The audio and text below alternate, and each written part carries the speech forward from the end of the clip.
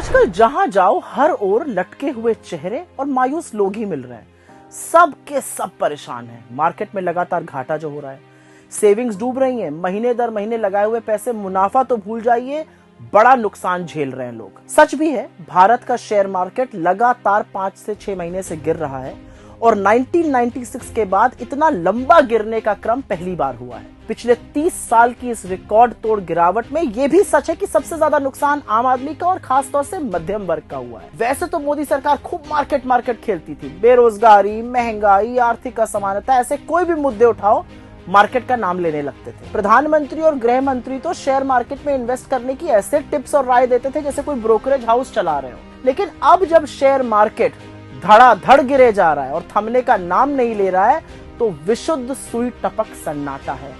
सब ज्ञानी लोग गायब हो चुके हैं। आज भारत का स्टॉक मार्केट दुनिया के सबसे खराब प्रदर्शन करने वाले मार्केट की सूची में शामिल है और हमारी करेंसी रुपया दुनिया की सबसे ज्यादा गिरने वाली करेंसी है। दिल थाम के बैठिएगा, 95 लाख करोड़ रुपए स्वाहा हुए हैं इस मार्केट में। बिल्कुल सही सुना आपने कि पिछले 5 महीने में करीब 95 लाख करोड़ रुपए इस मार्केट ने निगल लिए। और एक बात, जैसा कि मैंने कहा, शेयर बाजार के गिरने पर नुकसान तो छोटे निवेशकों का ही होता है। बड़े स्टॉक ब्रोकर्स माला माल हो जाते हैं, चाहे मार्केट चढ़े चाहे मार्केट गिरे, वो मोटी रकम पीटते हैं। अब सवाल यह है कि विदेशी निवेशकों का मुंह क्यों भंग हो रहा है। फॉरेन इंस्टीट्यूशनल इन्वेस्टर्स, खूब झुंझुना बजाया जाता था इनका। ये विदेशी निवेशक सितंबर से लेकर अब तक करीब 1,67,000 करोड़ रुपए मार्केट से निकाल चुके हैं, भारत के मार्केट से। फरवरी में इन्हीं विदेशी निवेशकों ने 47,000 करोड़ रुपए से ज्यादा निकाले। ज्यादातर निवेशकों को अमेरिका ज्यादा आकर्षक लग रहा है और चिंता की बात यह है कि इन निवेशकों को अमेरिका के बाद चीन का रुख करना पड़ रहा है और ये वहां जा रहे हैं, धड़ल्ले से जा रहे हैं। चीन का स्टॉक मार्केट पिछले 6 महीनों में 17% बढ़ा है, वही भारत का मार्केट 12% धराशायी हुआ है। लेकिन धराशायी हो क्या रहा है, क्योंकि इस बार इस गिरावट में स्मॉल कैप या मिड कैप में तबाही नहीं मची है, बड़े बड़े शेयर गिर रहे हैं। SBI जैसा शेयर एक साल में अपने सबसे निचले स्तर पर है, 52 वीक लो जिसको कहा जाता है। तो सवाल तो पूछा जाएगा कि मार्केट क्यों गिर रहा है। इसका बड़ा कारण है डोनाल्ड ट्रंप का खुलेआम भारत को धमकाना कि मैं रेसिप्रोकल टैरिफ लगाऊंगा। इससे वैश्विक ट्रेड में और निवेशकों में एक डर का माहौल बन गया है। और एक बात यह भी सच है कि बजाय इसका प्रतिरोध करने के, विरोध जताने के, मोदी जी तो मागा मीगा मेगा करने में व्यस्त थे। इस गिरावट का एक और बड़ा कारण है आर्थिक मंदी। अभी तक शेयर बाजार आर्थिक बदहाली से बेखबर कुलाचे मारता जा रहा था, बढ़ता जा रहा था। लेकिन अब आर्थिक तंगी का इतना बुरा हाल है कि मार्केट में भी डर है।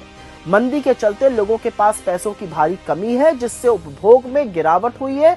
उपभोग जीडीपी का 2/3 हिस्सा है, कंजम्पशन जिसको कहते हैं। कम कंजम्पशन की वजह से कॉर्पोरेट अर्निंग्स, मतलब कंपनियों की कमाई में भी कमी हुई है। ये लिस्टेड कंपनीज है, जितना ये कम कमाएंगी उतना कम प्रॉफिट होगा, उतना कम अर्निंग्स होंगी शेयर पर, और उसी से गिरावट हो रही है। एक और बड़ा कारण रुपए की निरंतर गिरावट है। रुपया थम नहीं रहा है।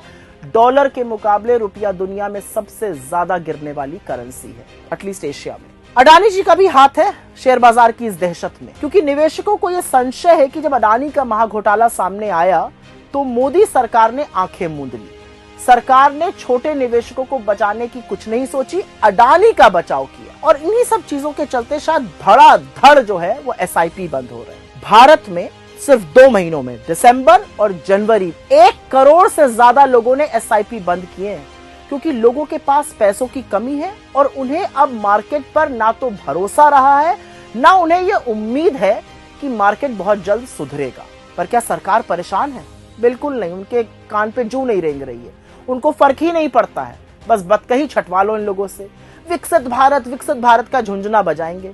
लेकिन 22 सालों में हर साल 8% ग्रोथ कैसे आएगी, इस पर कोई चर्चा नहीं, कोई बहस नहीं होगी। बड़ी बड़ी बातें करना, खोखले वादे, खोखले दावे भरना, जुमले बोलने की बुरी आदत है मोदी जी को। स्टॉक खरीदने की तो खूब बात करते थे, आज मौन क्यों साध लिया है? 6 महीने से लगातार गिर रहे बाजार में छोटे इन्वेस्टर को बचाने के लिए क्या सरकार के पास कोई योजना है या नहीं है? सवाल आज इस बात का है, सवाल आज इस बात का।